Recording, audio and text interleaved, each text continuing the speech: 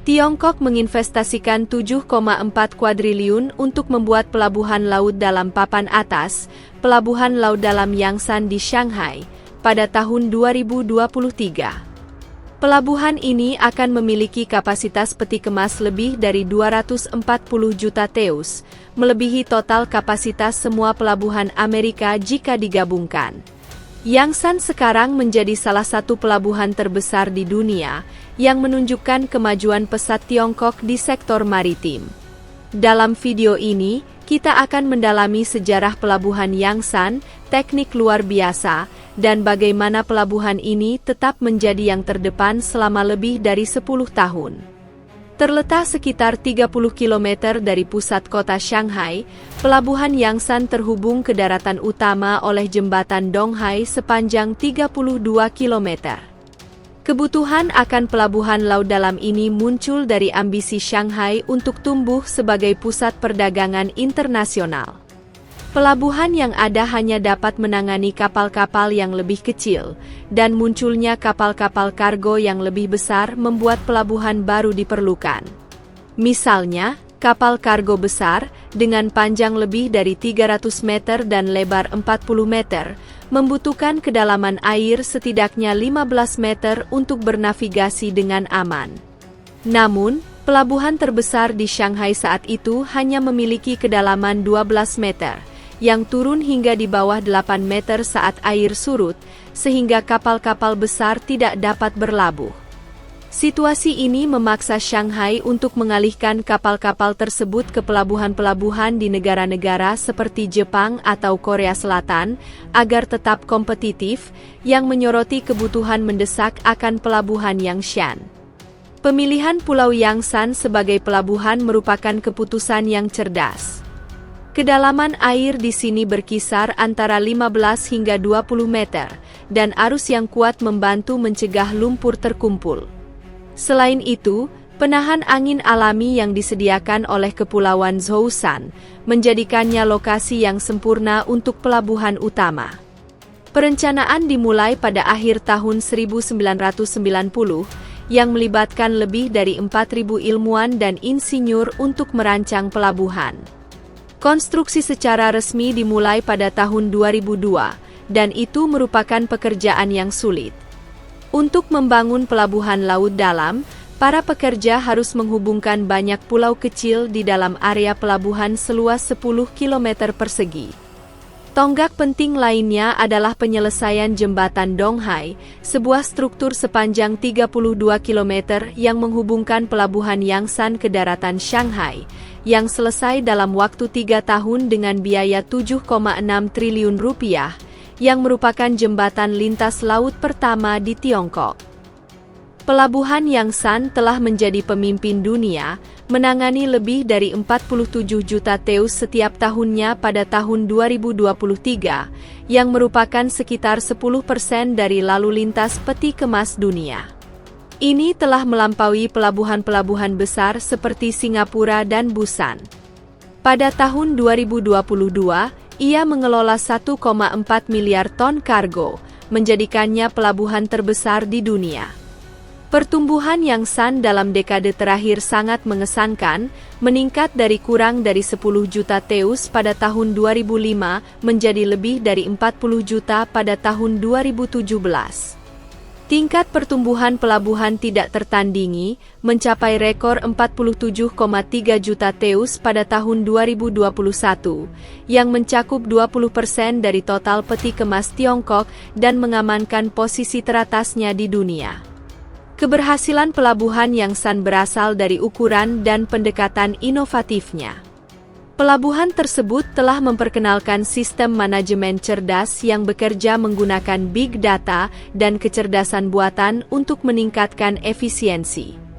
Teknologi pintar ini mengawasi semuanya, mulai dari bongkar muat hingga penumpukan kontainer dan penjadwalan kapal.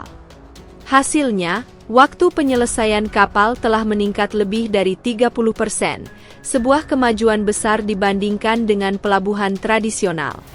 Selain itu, Yangsan adalah pelabuhan besar pertama di dunia yang menerapkan teknologi 5G berskala besar, yang memastikan komunikasi yang andal di seluruh pelabuhan. Integrasi 5G ini memungkinkan koordinasi derek dan kendaraan otonom secara real-time yang meningkatkan produktivitas secara keseluruhan. Yangsan memimpin dalam mengadopsi teknologi yang mengubah logistik dunia. Meskipun kontainer menjadi fokus utama, pelabuhan tersebut juga menangani berbagai jenis kargo. Pada tahun 2023, pengiriman kargo diharapkan mencapai 320 juta ton, termasuk bahan-bahan penting seperti minyak mentah, biji besi, dan biji-bijian. Peralatan canggih untuk penanganan curah memungkinkan pemrosesan bahan-bahan ini secara efisien, memastikan pasokan yang stabil untuk Tiongkok dan sekitarnya. Kemampuan beradaptasi merupakan faktor kunci dalam peran Yangsan sebagai pusat vital, yang mendukung beragam kebutuhan industri Tiongkok, dan berkontribusi pada stabilitas rantai pasokan dunia. Pelabuhan tersebut bertujuan untuk mencapai 60 juta TEU per tahun pada tahun 2030.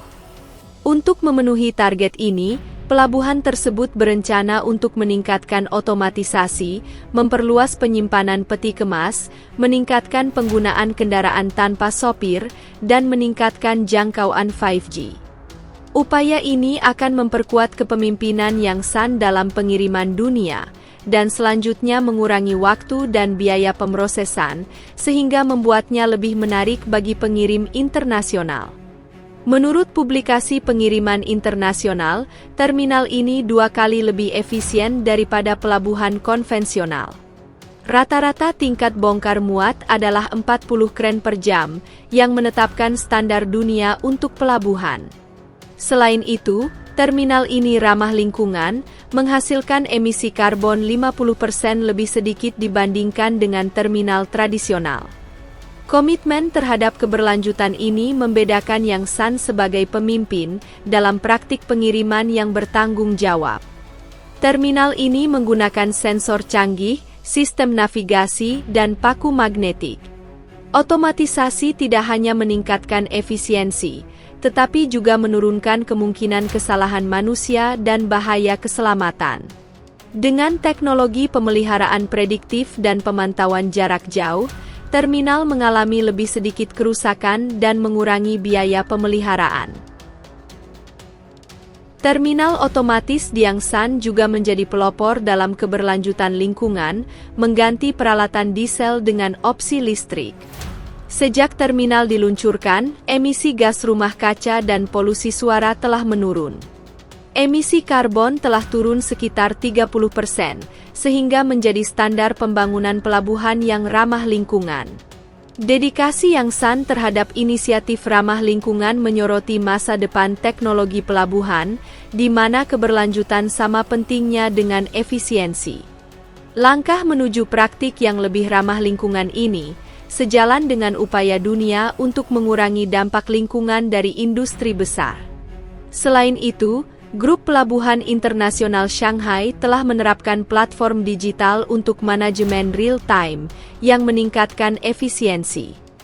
Teknologi blockchain telah diintegrasikan ke dalam bea cukai dan logistik, yang mendorong transparansi yang meminimalkan penundaan dan memperkuat peran Yangshan dalam jaringan pengiriman dunia. Transparansi ini menumbuhkan kepercayaan dengan klien internasional, memastikan pemrosesan yang lebih cepat dan keandalan yang lebih besar. Platform digital juga secara drastis mengurangi dokumen dan meningkatkan keterlacakan barang, yang semakin dituntut oleh konsumen dan regulator. Pelabuhan Yangsan merupakan contoh kekuatan Tiongkok dalam bidang teknik maritim, dan memainkan peran penting di pusat pengiriman dunia Shanghai. Pelabuhan Yangsan menarik di pasar dunia, karena tujuan ambisiusnya dalam otomatisasi dan modernisasi. Pelabuhan ini merupakan perwujudan tujuan Tiongkok untuk menggabungkan teknologi canggih dengan infrastruktur strategis yang memastikan pengaruhnya dalam perdagangan internasional seiring dengan perkembangan teknologi.